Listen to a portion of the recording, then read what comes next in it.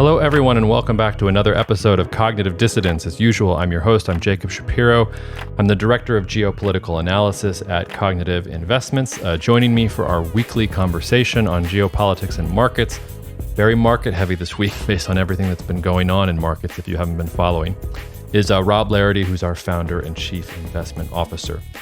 Other than that, please leave us a rating or please review the podcast. It helps us immensely. You can write to us about the podcast at jacob@cognitive.investments. Any questions, comments, concerns, nothing is too small. Always love to hear from you. So without further ado, here's Rob and I chatting about the week. Cheers, and we will see you out there. Take care. Cognitive Investments LLC is a registered investment advisor. Advisory services are only offered to clients or prospective clients where Cognitive and its representatives are properly licensed or exempt from licensure. For additional information, please visit our website at www.cognitive.investments. The information provided is for educational and informational purposes only and does not constitute investment advice, and it should not be relied on as such. It should not be considered a solicitation to buy or an offer to sell a security. It does not take into account any investor's particular investment objectives, strategies, tax status, or investment horizon.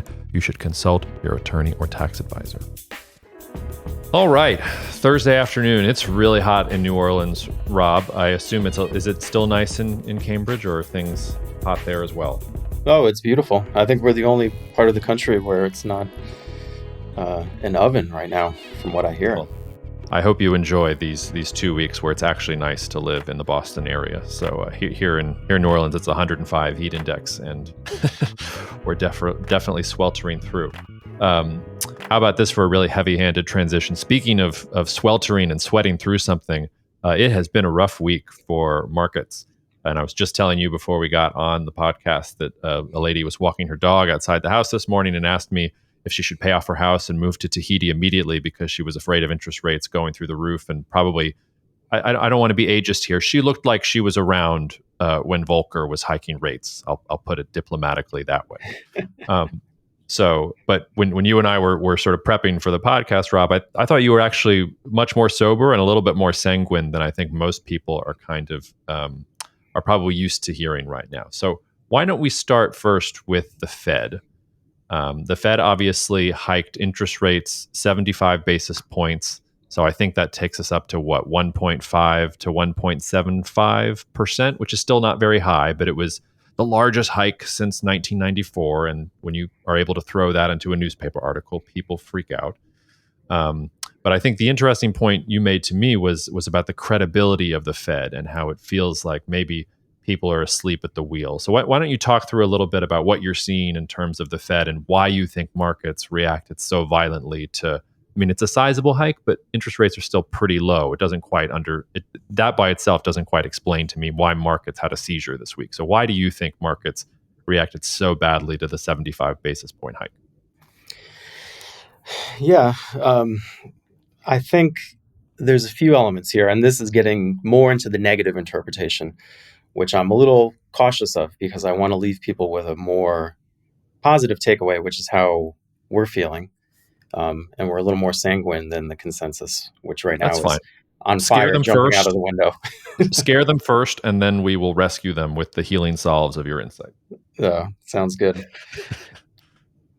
Well, even in fear and scary things, there's opportunity. And I think, of course, we're speaking our own book here, but one of our larger exposures is in gold and has been for some time now. And I think the takeaway from this week, as you said, it's not the size or the magnitude of the interest rate increase itself. It's, I think, the manner in which it was communicated, because you have to remember the Fed is supposed to be very boring. And especially in the last 2 or 3 Fed chairmen, Alan Greenspan had a certain theatricality to him, but then you had Ben Bernanke, you had, the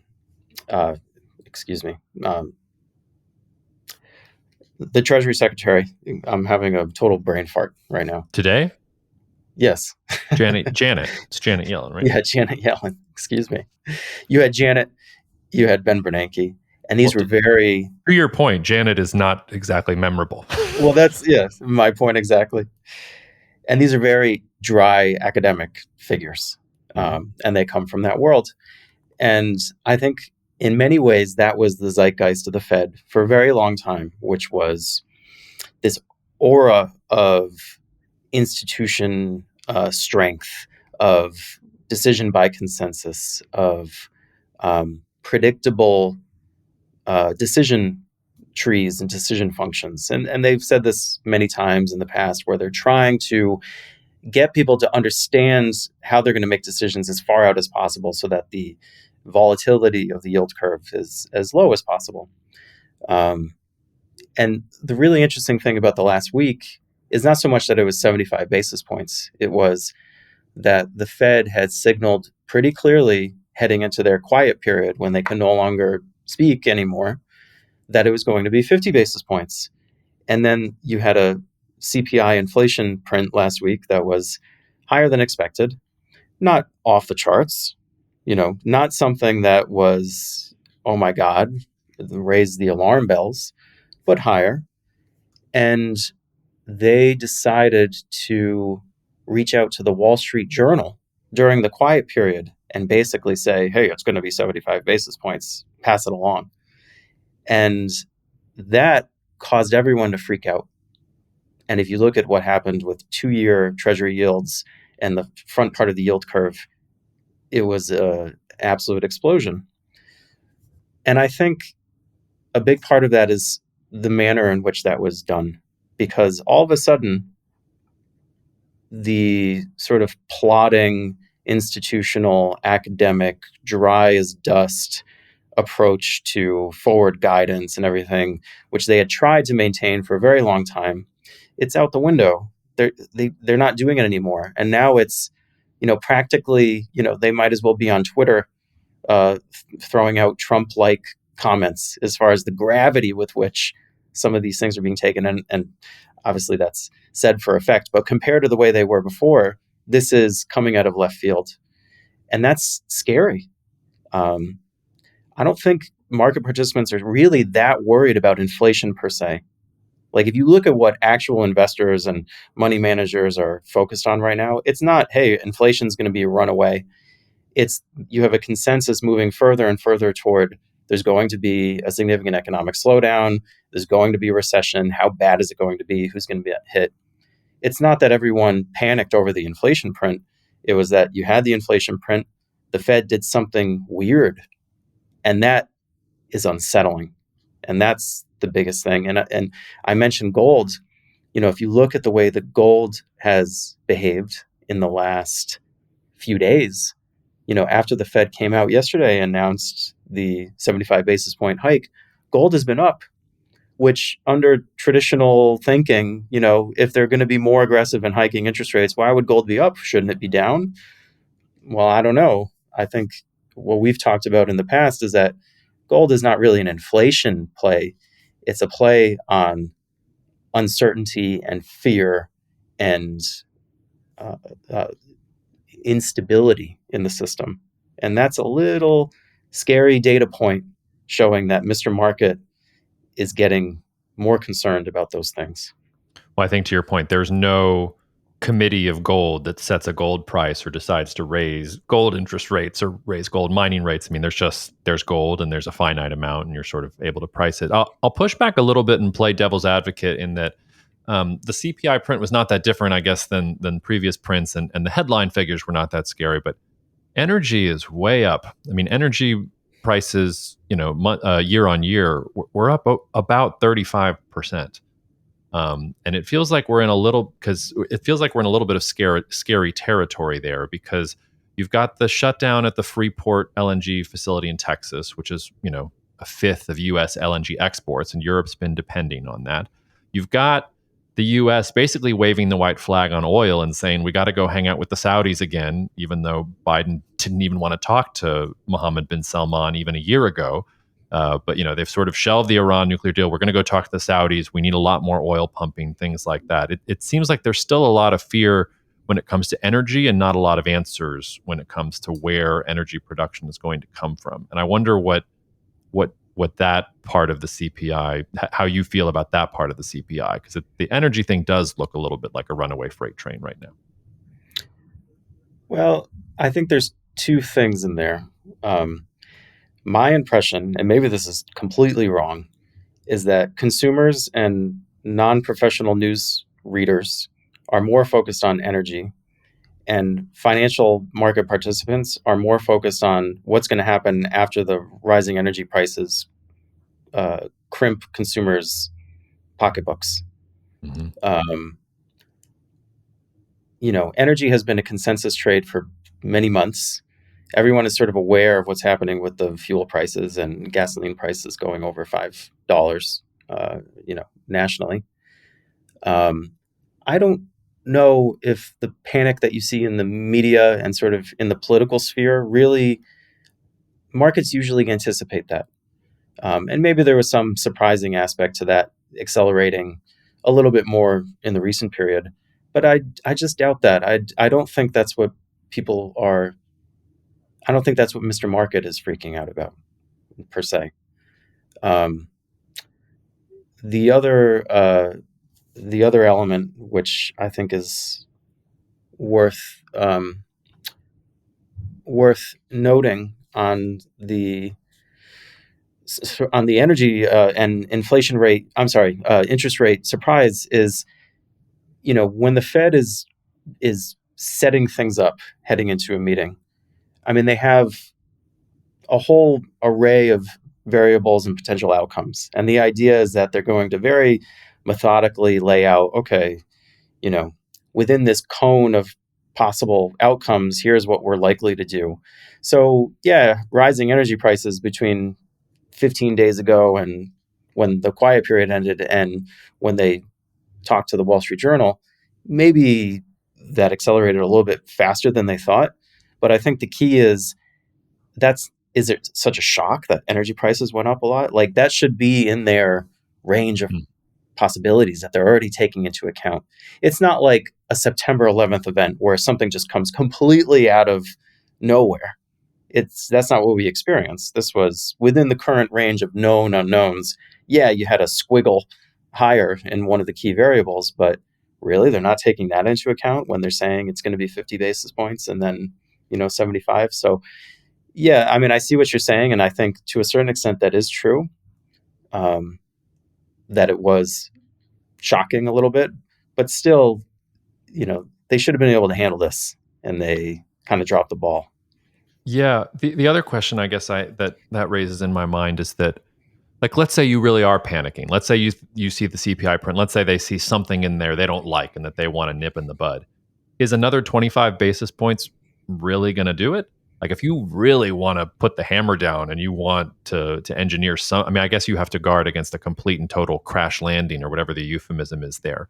But going from 50 to 75 basis points, to your point, that's probably not actually going to affect that much. That 25 basis point increase isn't going to actually do anything fundamentally. If you're really scared and panicking about something, you would think that you would go 100 or 150 or 200, something to really signal that you're concerned, rather than kind of, oh, we said this one thing and now we're just going to tweak it slightly and tell the Wall Street Journal about it.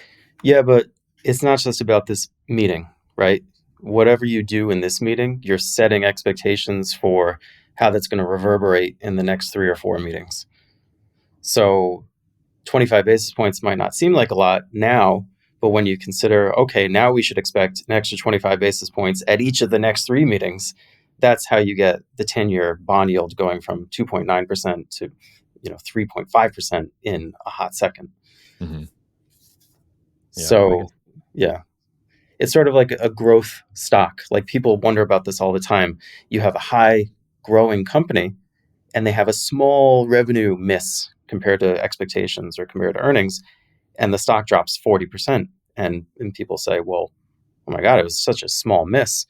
Well, the reason is because if you extrapolate that flight path just a little bit lower, you change the angle, then, if you go out into the future, that's a big difference. If that makes sense, that visualization I'm trying to create. Yeah, no, for sure. All right. Well, I mean, so why are you feeling more optimistic? What are you seeing? And we talked about this a little last week, but what are the things that are making you feel like um, that we might get a rally at some point, or that this is a little bit overstated? Well, in the first place, the economy is fundamentally pretty good. And I think that's easy to forget when you're focused on inflation and you're focused on energy prices. And that's not to say that energy prices couldn't accelerate because of some spike or some, unforeseen event, like just in Europe in the last 2 days with this Russia Nord Stream issue. That's been a huge factor. So you do have the potential for shocks like that. But if you look at consumers' balance sheets, if you look at businesses' balance sheets, um, less so business than consumer, they're in pretty good shape in the first place. Um, and there's one data point that I think is really striking to me, which is so the sentiment data is coming out and the survey data are coming out for each of the regional Federal Reserve banks. And they go to businesses in the district and say, how are you feeling? Blah, blah, blah. And of course, right now, all the businesses in the district are saying, we're feeling terrible. And it's not good. And those sentiment indices are hitting, decade lows back to March 2020 COVID emergence kind of situation. And yet, if you look at the expectations for capital expenditures, the expectations for employment, they're not really rolling over that much, which I think is really encouraging. And we've talked about this recently, how a lot of people are taking the 2002 model or the 2009 model and trying to apply it here. And I don't think that's valid, because what you saw in the last few cycles was just like you had just-in-time inventory, everyone assumed you had just-in-time labor. And, hey, things are starting to roll over. Let's just fire 1,000 people. We can always hire them back. And I think these labor shortages that you're experiencing in the last few years are sort of changing that mindset. And this is a thesis that I'm still testing, and I'm not sure if it holds up to the data. But so far, it's kind of interesting that corporate margins would be getting squeezed like they are, and businesses would be expecting such a rollover in the economy. And yet you're not seeing layoffs really accelerate that much, except for a few, areas of tech and places that have been particularly hard hit, residential real estate brokers, that kind of thing. But for the core part of the economy, they're holding on to their workers. And that's a big change from what you saw before, and probably a pretty positive one. On the CapEx side, CapEx is capital expenditures. Sorry if I'm using lingo here, but basically long-term fixed investment that businesses are making for the future. So CapEx has held up remarkably well.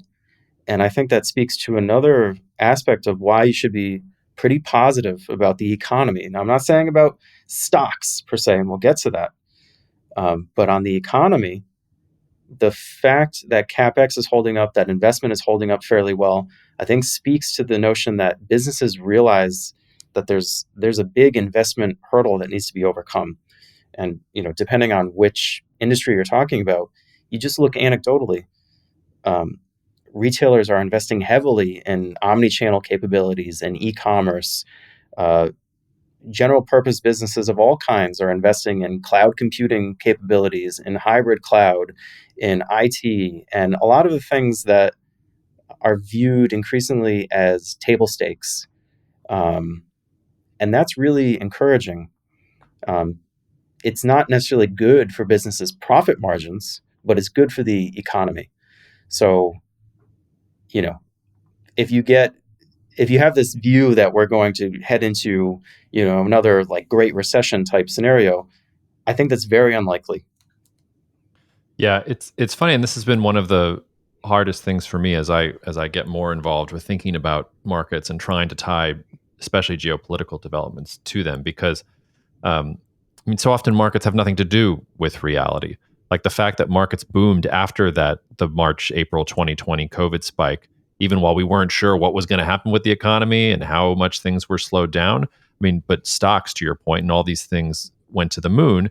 Now it's sort of a nice symmetry where you say, if you actually look at the fundamentals of the economy, yes, there's some problems, but it's not that scary. But to your point, markets are thinking about something else, or something else seems to be driving them. I wonder if I might also ask, or at least put to you, that I agree with you that the .com comparisons and the 2008-9 comparisons, those feel too easy and too cheap. It seems to me that the aspect of that, though, that is operative is what's happening in crypto. That a lot of, especially young retail investors, went in on crypto, bought high, kind of bought all the hype, and that all those people are getting their faces ripped off. And obviously, there's somebody on the other side of that trade, probably. But it does feel to me like that corner of the market where people got entranced by this whole sector that really hasn't even shaken out yet, and we're not even sure who the winners and losers are going to be, that may be driving at least some of the narrative, because it almost felt like crypto got mainstream enough for even the Wall Street Journal to start covering it, and then boom, suddenly the bottom falls out, and people are looking around at each other asking if how much this is going to go, and talking about whether there's other risk and what's tied to this and things like that. Do you think that's fair, or is even that, you think, not an accurate comparison to those previous models? No, I think it's a great comparison to the previous models. Crypto is what the .coms were 22 years ago. I think that's the best way to think about it. And it's funny. So 3 years ago or so, I don't personally have a deep knowledge base in crypto beyond kind of the generalist's understanding. Mm-hmm. And that's sort of deliberate, because 3 years ago, my good friend and fund manager, Asim Ghaffar at AG Capital, who I meet with regularly, he said, "Well, are you studying up on crypto to really, get deeply into this?" And I said to him, frankly, it's there's so much going on. It's a massive amount of work to just try to understand it all. And my expectation at the time was, this is a bubble. 99.9% of this is going to be zeros, and 0.1% of it is going to emerge to be something fundamentally very useful. And 3 or 4 years from now, I'll start to study, because it's really not worth my time right now, because I'll never be able to pick out what's what. And I think that's sort of playing out. And that's still my view of what's happened, is you had all of the hucksters come in, and, the new age people who don't really know what they're doing, stealing money in all sorts of schemes. And that's all just washing away now. And you didn't have to, be a genius to see that that's what was going to happen. And this is another thing, not to go off on a little tangent, but bubbles are rational. And I think people forget this. Like, people like to look back and say, how could people have been so stupid to have invested in crypto or .coms or tulips or whatever it is? And I think that's a misunderstanding of how bubbles work, because, there's this academic named Didier Sornet, who's a French mathematician, and he studies kind of social phenomena and things like that. And he wrote this wonderful book called Why Stock Markets Crash, which isn't a great title for it, because it's really about bubbles. And a big discussion of the book is about rational bubbles. Why do people participate in bubbles?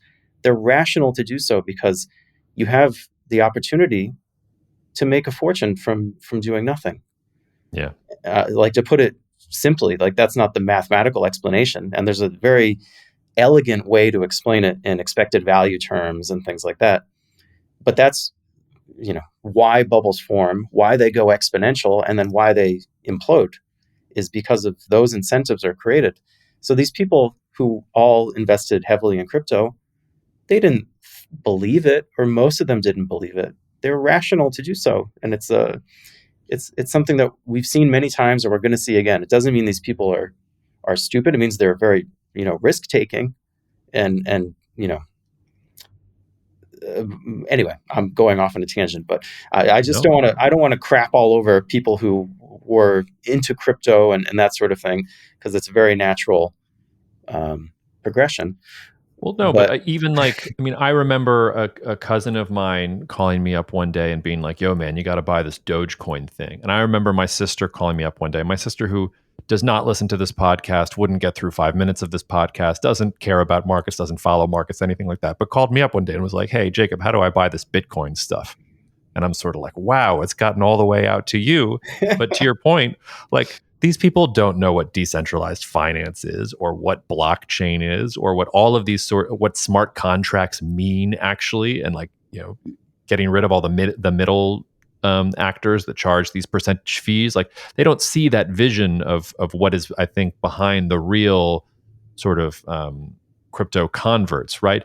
I think exactly to your point, it was just everybody saw that there was so much money in the system, and there sort of had to be because of COVID. You had to make sure the economy didn't collapse. I think people blame the Fed now for what they did in March, April 2020. I remember how scary it was. We didn't know what this virus was. Maybe in hindsight you would do things different, but it's hard to argue that you should have done it differently that way. But when there's that much free money in the system and interest rates are that low for that long, like, to your point, like, there are going to be bubbles because people are making money everywhere and people want to participate in that money making. So that the underlying technology behind crypto is probably something that's going to come of that. And we still haven't had the real sort of clash between governments and cryptocurrencies, and how that's all going to shake out too. So I agree with you. I think there's a long way to go before we kind of know where crypto's going to go.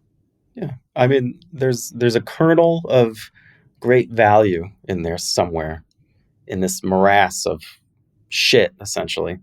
And at some point, that kernel is going to sprout in the shit, and it's going to grow into something very, very interesting. Pardon my are we allowed to use language like that on our podcast? Absolutely. I intentionally labeled this every time I open up this podcast page and it says explicit, I feel like such a badass. It really helps me feel good. We should make an effort to be more explicit then. I always tell guests on the podcast, like, hey, it's like we're having a beer, the microphones are just on, so just curse if you want, don't curse if you don't want. It's literally up to everyone. But yeah, I mean, if you want to get to like Deadwood level cursing, we can do that too. I'm all in. Well, I'm usually a very classy guy, so I don't think that's my MO. But yeah, I mean, the takeaway on crypto is that's a good analogy, the 2000.com kind of analogy. I think that really does apply to crypto. And by the way, not to give just to give another shout out, the person that I'm relying on to sort of navigate me through the world of crypto, who I think is just so smart and interesting and doing great things, is Eric Sue, who's here in Cambridge, actually right down the street from us. And he has a fund called CryptoShire. But Eric is a friend and of all people, on top of what's going on and what has value and what doesn't. And right now, Eric's official proclamation is he is struggling to find anything that's interesting because it's still 99.9% garbage. So yeah. For anyone interested in crypto, we'll keep you posted when that changes. Yeah. No, but the tech thing is a very different scenario, though. So if crypto is the analogy, tech is in a very different place, and crypto, frankly, is too small to matter that much. You had some people who put money in there and lost their savings and that sort of thing, but you also had huge fortunes being made. And you had a lot of free money going out to people as well from the government, which is still happening. So I don't think from an economy-wise standpoint, it's that meaningful. Tech is very meaningful. And the comparisons of today's tech industry to 2000, even though on the surface they may seem superficially similar, I think are just completely wrong. And it ignores the time that's elapsed between then and now. So yeah, it's been interesting because I feel like when we first met back in 2020, while everybody was buying up tech and tech was going to the moon as we talked about in 2020, you were always like, nah, like this is too fast, this is too much. And just to listen and watch the way you have flipped in the last couple of weeks and be like, all right, now it's starting to get interesting to me because those values are coming down and these are really important companies and they are critical to economies worldwide. Like, they're not going anywhere. Google's not going to collapse tomorrow. It's going to be just as important, if not more important, 5-10 years from now. So No, it's not going to collapse. And in August of 2020, we did a special event for clients and friends that Mm-hmm. was basically why we think big tech is peaked. And we were a year too early. But, I still think that that thesis is valid, and it informs what we're doing today, because Google's not going away, Microsoft is not going away. But the notion, at the time, don't get me started on my 1920s utilities little hobby horse here, but you We won't. started the taps flowing. Just stop me when I start getting too boring. Um, but the way to think about big tech companies, as everyone on the Cognitive Investments team is sick to death of freaking hearing by now, is like 1920s utilities companies. Because then, as now, you had this general purpose technology that was emerging, that was spreading. It was in sort of the middle innings of getting spread out and being used in manufacturing, and the kind of rolled up, consolidated, oligopolistic um, electric utilities were the big tech companies of the day, and they had margins that were like a Google. So if you look at Consolidated Edison, which was the most famous one, based in Chicago, uh, their operating margins in 1927 were 24%, and that's what Google does. I mean, these were extraordinarily profitable and cash flowing businesses, and people thought they were going to take over the world. And if you look, everyone knows about the 1920s stock bubble and, Radio Corps of America and those sorts of things. The best performing group were electric utilities. And, it was viewed as a can't lose bet because they were recognized to be monopolies in their local markets or their regional markets. They were recognized to be extremely profitable. And it was recognized that electricity usage was going to basically grow to the moon. And that last thing was absolutely true. And the first thing was absolutely true. And what happened was not what everyone expected. It was these guys got too big, and their returns collapsed over the years. Mm-hmm. And I think that's what you're starting to see. Like, look at what Facebook has done, which they've recently pivoted on, where they said, okay, we're going to spend, untold billions of dollars building this speculative metaverse world because we're going to bet the company on this. That's the sort of things that the electric utilities had to do, because who's going to build out the infrastructure for electricity usage to go up 100-fold? The utilities were the ones who did it. And what's the marginal return on capital on that? It was pretty damn bad. And I think that's what you're starting to see in the big tech companies today. And especially as government attention continues and some of the balkanization issues that we've talked about from a geopolitical standpoint with barriers coming up. None of those things are good. Like the days of Google just minting money, I think are past. Yeah, And it doesn't mean they're going away. No, Go they're ahead. going to become a boring company. It's not going to be the kind of high growth stuff. They're going to be around. They're going to be blue chippers, but it's not going to be 10, 20x if you buy into it.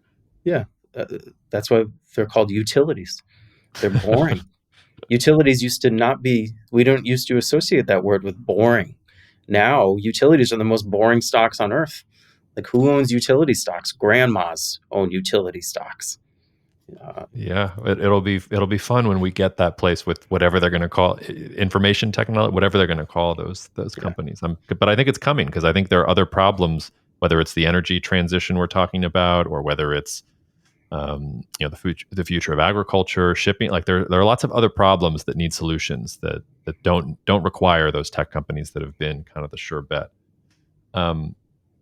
Before we turn to kind of sort of some advice about how to think about this and how to get through this particular market condition, I thought we'd just talk about geopolitics briefly.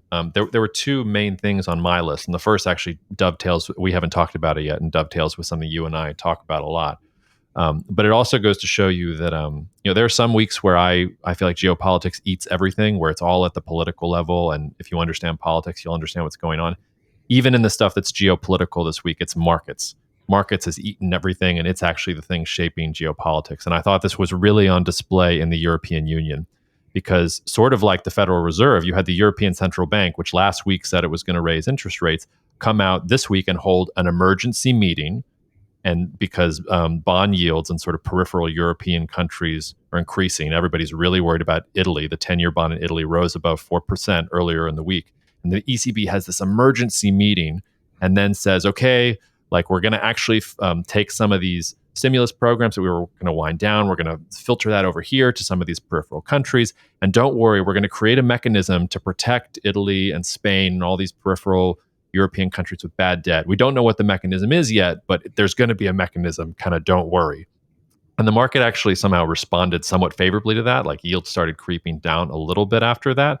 But it strikes me that there's a similar kind of move there where the ECB is holding this emergency meeting. And the Fed is doing stuff out of its normal character. And that's the exact sort of stuff that markets don't like. The reason it's geopolitical, though, is because, I mean, Spain, Portugal, no offense to y'all, but like y'all are not the main entree here. It's really about Italy because Italy has debt to GDP of 150%. People have been calling for the crash of the Italian banking sector for literally 10 years. When I was writing at GPF, I spent God knows how long looking at Italian bank balance sheets and trying to figure out what the heck, how to express that in 1,000 words that our readers could actually understand. And to me, it really is kind of a do or die moment again here for the European Union, because either the Germans and the Frugals are going to foot the bill for these peripheral European countries and figure out a way to prevent those yields from skyrocketing and preventing some kind of collapse.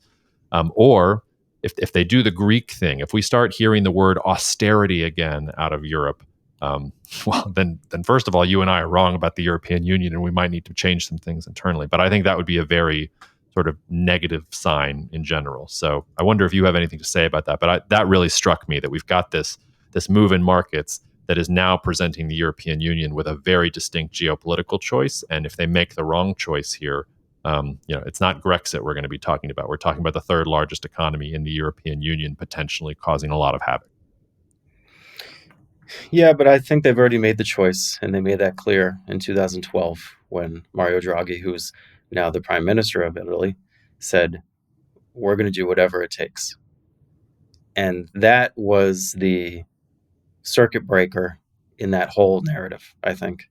And if you look at what happened last week, I mean, look, they don't even have to say what it is now. All they have to do is say, hey, guys, like, yeah, the charter may say X, Y, and Z, but like, we're not going to allow anything undesired to happen. And unless you think that will is going away, see, the way I view it, and tell me if you disagree with this, is the Fed and the ECB are almost passing in opposite directions, because the Fed is coming from a place of unquestioned stability, the anchor of the developed world, the anchor of the global financial system. And just like, the US Supreme Court, all of a sudden people are questioning institutions in a way they've never done before in the United States. And that's one dynamic that's playing out. And that's part of this multipolarity theme that, we've discussed at length. And in the other direction, you have the ECB, which 10 years ago, people were much less certain about. There were many theses that, the Germans are going to enforce austerity and, they're going to allow Greece to do X, Y, Z. And as I said, in 2012, Mario Draghi, this is an existential issue for us. And I just find it so hard to believe that between 2012 and today, that existential issue hasn't become more clear and stark. And the notion that you're going to have talk of austerity or disunity, yeah, there will be, jaw around that for domestic audiences and that. But when it comes down to it, do you really think that they're going to allow meaningful fragmentation? I don't. And I don't think anything they've said or done recently is a data point against that. What do you think? I think the only thing to say there is that I think that's true, and that's my view. The counterfactual, though, is look what they did to Greece. after Mario Draghi said we'll do whatever it takes. So and they probably, there's probably a double standard there too. Like you can deal with Greece in a way that you really can't deal with Italy just because of the level of exposure when it came to Italy. But like Greece, like they really took Greece out behind the woodshed and said, you're going to take the worst of this. Nobody's going to bail you out. You're going to be paying debt back until 2060. Like they had the referendum in Greece.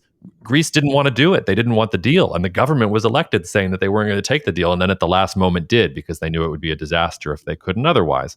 There have been books about that particular moment. But you did back then have a Germany that was very recalcitrant about wanting to put German credit and German capital on the line to save the European Union. And I think things have changed since COVID. I think that the pandemic emergency program and the things that the EU has done in the last 2 or 3 years is why this is different. If we were dealing with the same European Union of 2012 right now, and Italy was having these problems, I don't know how optimistic I would be. So I agree with you on the take. I would just say we do have that data point of Greece, of watching the European Union really shoot itself in the foot. And I guess Greece is the foot in this metaphor. Apologies to the Greeks who are listening. I think y'all are great. I didn't do it. But yeah, I think that's the data point to be concerned about. I don't think it's even close to the most likely one. I think it's a fairly small possibility, but that's in their DNA. It's not like they haven't done this to a country before that had these types of problems. Oh, sure. And I wouldn't be surprised if they did it again. If you have massive investment programs in peripheral countries or bailout style programs or something to bring them up, because the other thing about Mario Draghi, for example, is if you go back and you read when he was the ECB president, what he said, he's viewed as, the dove of doves.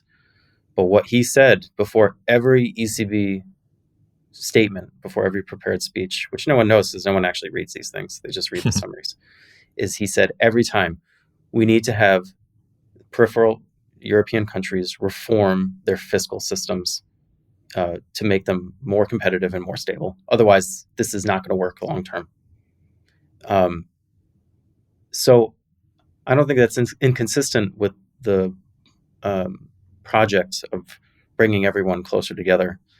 And I wouldn't be that surprised if something like that happened. And I don't think that's bad necessarily from the EU level. I think what financial markets are worried about is spreads exploding. Yeah. And the assumption, like financial markets freak out when they assume something and then that assumption gets surprised or blown up unexpectedly.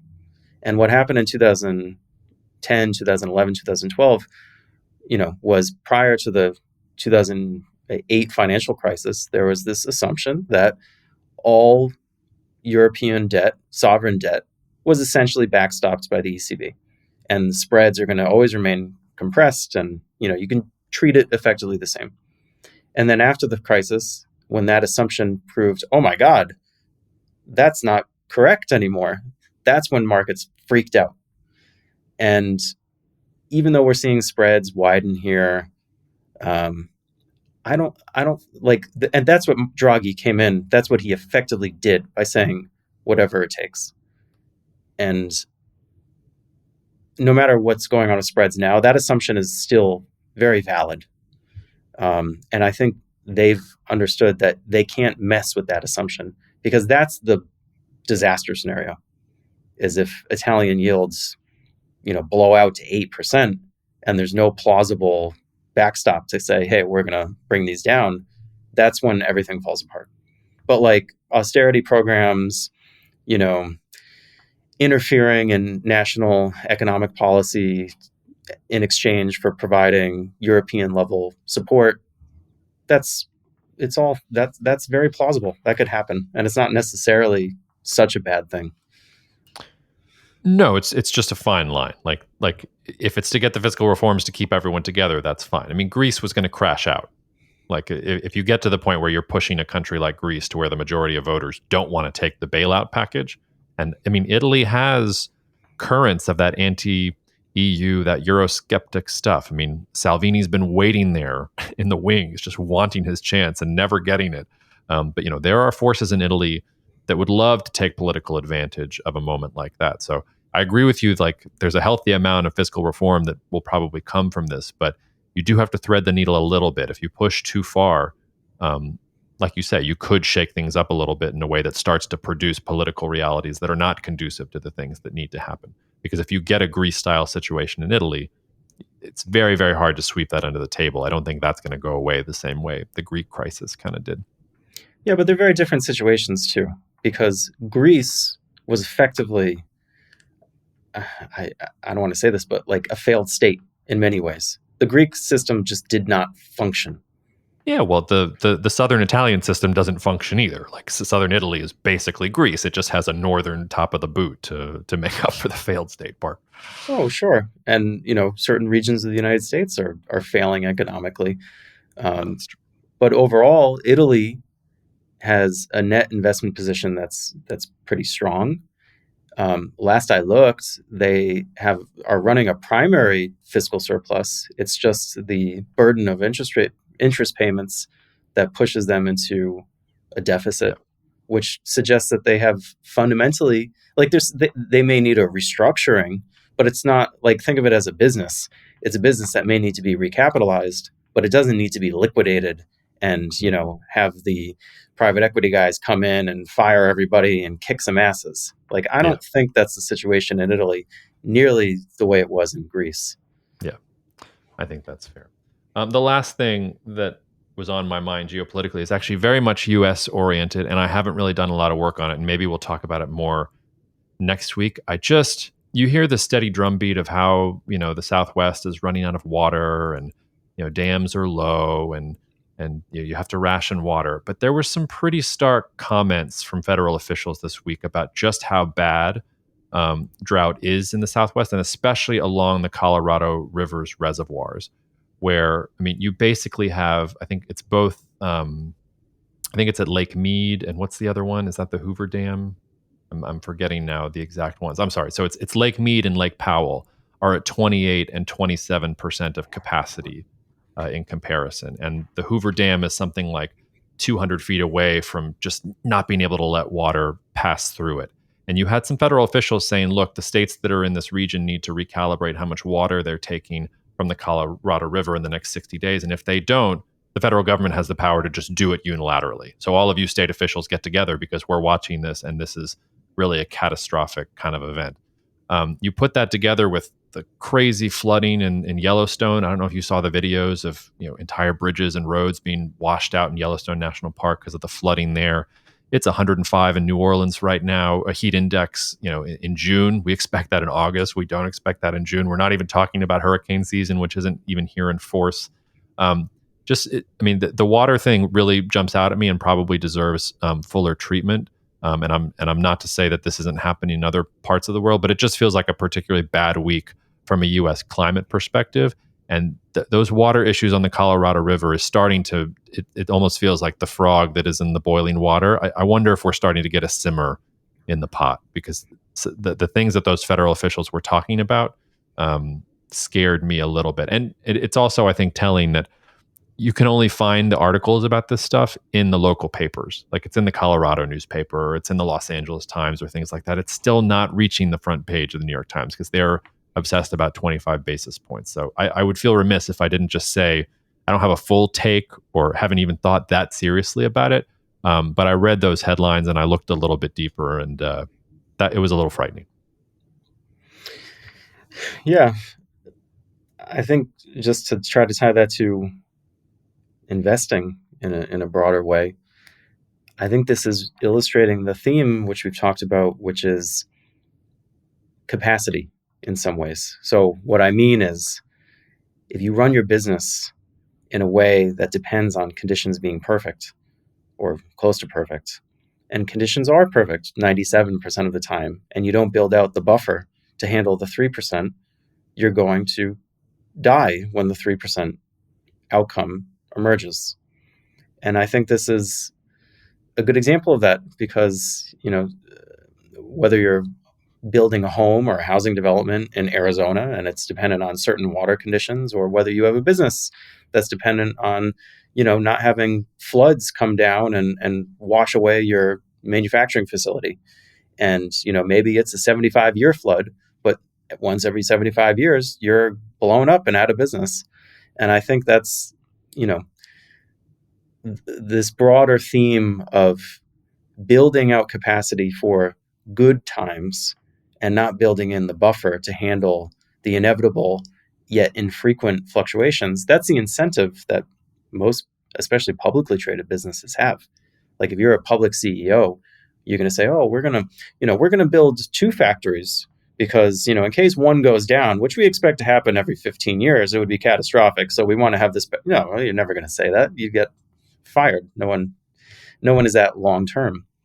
But now you're sort of forced to be in a way that you weren't before as recognition of these issues emerges.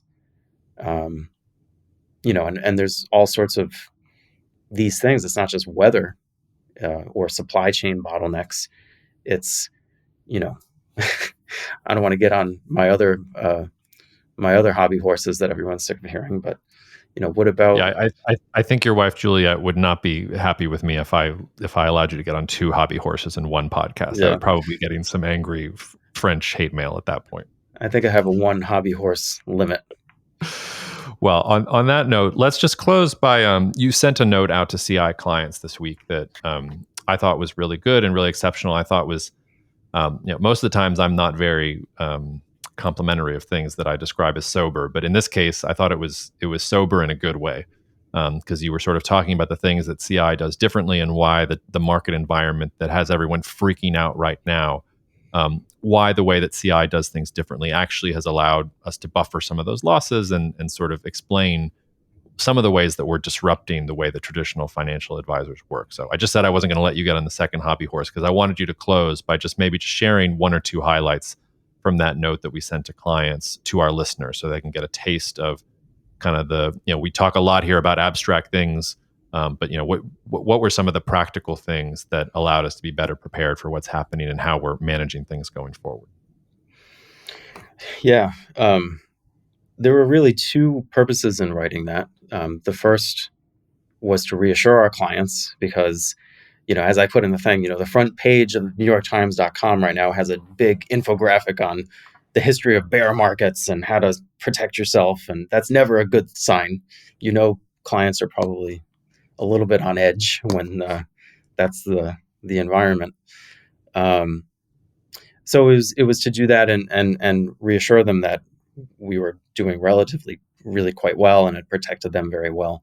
But really the bigger purpose in writing that, as you say, is to emphasize and highlight that what we do is not always perfect, but it works. And the philosophy that we take, like we're here talking about what's going on, trying to anticipate, doing deep research. And you don't even, like the listeners see us talking, but they don't even know, like we have a whole team, like, Sean has spent all week with his head down in a very specific project about something in Japan, for example. That sort of research, that sort of thinking, that sort of active approach to investing, it works. And the point is, I was a little bit snarky in the email, snarky by my standards. Mm-hmm. And I said, right about now, you're going to be getting these emails from all of the traditional financial advisors and the brokerage houses and that.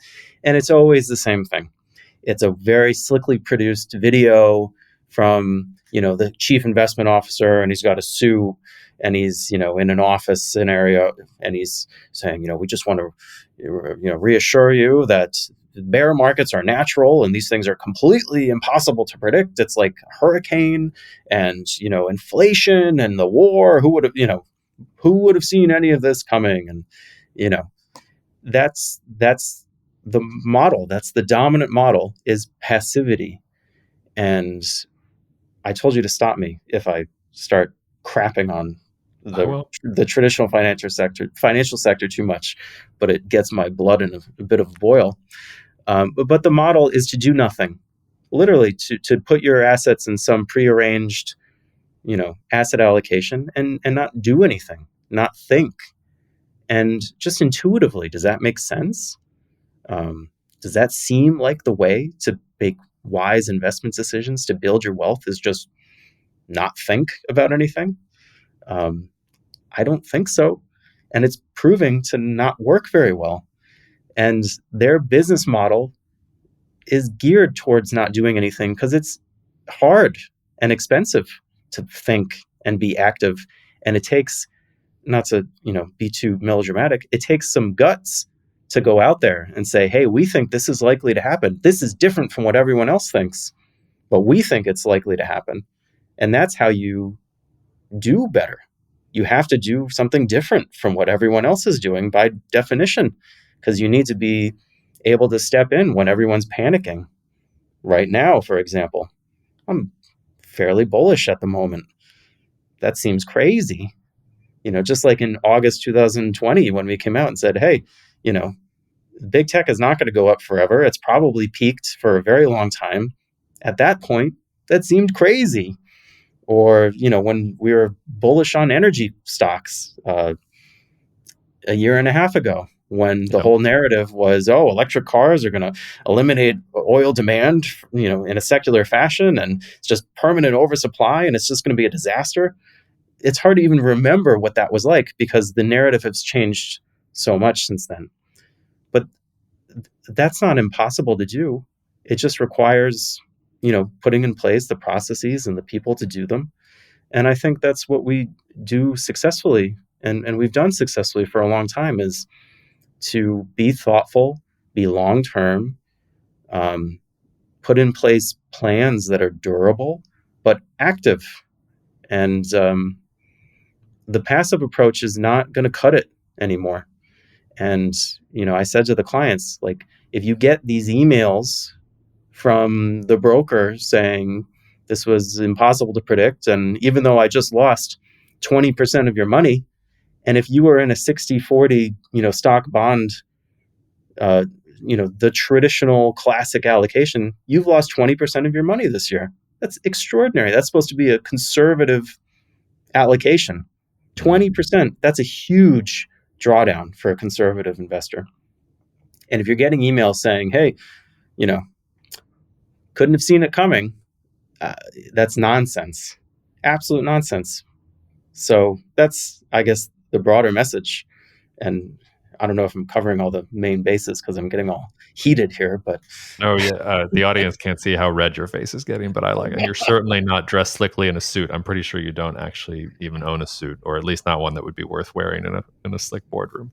But no, so we'll leave it at that. I mean, a lot of times we're going to be talking about geopolitics on this podcast, but I really felt this week was it was important to talk about markets this week because I think it's on everybody's mind, and we don't always have an opportunity to hit the thing that is on everybody's mind right now with a differentiated take. But I think we do have some very differentiated ideas and thinking about this stuff. And I think the takeaway message to the listeners is, the name of this podcast is Cognitive Dissidents. It's we liked that pun because we want you to be thoughtful. We want you to listen to this and tell us how wrong we are, and write to us and tell us how wrong we are, because that makes us smarter too. Maybe you'll see something that we didn't see too, but it's that constant process that hopefully allows us to develop insights that we can then translate into good things. So with that, no more hobby horses, and Rob and I will be back with you next week. In the meantime, take care, and we will see you out there.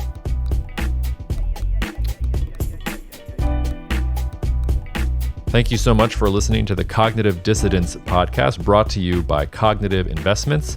If you are interested in learning more about cognitive investments, you can check us out online at cognitive.investments. That's cognitive.investments. You can also write to me directly if you want at jacob@cognitive.investments. Cheers, and we'll see you out there. The views expressed in this commentary are subject to change based on market and other conditions. This podcast may contain certain statements that may be deemed forward-looking statements. Please note that any such statements are not guarantees of any future performance, and actual results or developments may differ materially from those projected. Any projections, market outlooks, or estimates are based upon certain assumptions and should not be construed as indicative of actual events that will occur.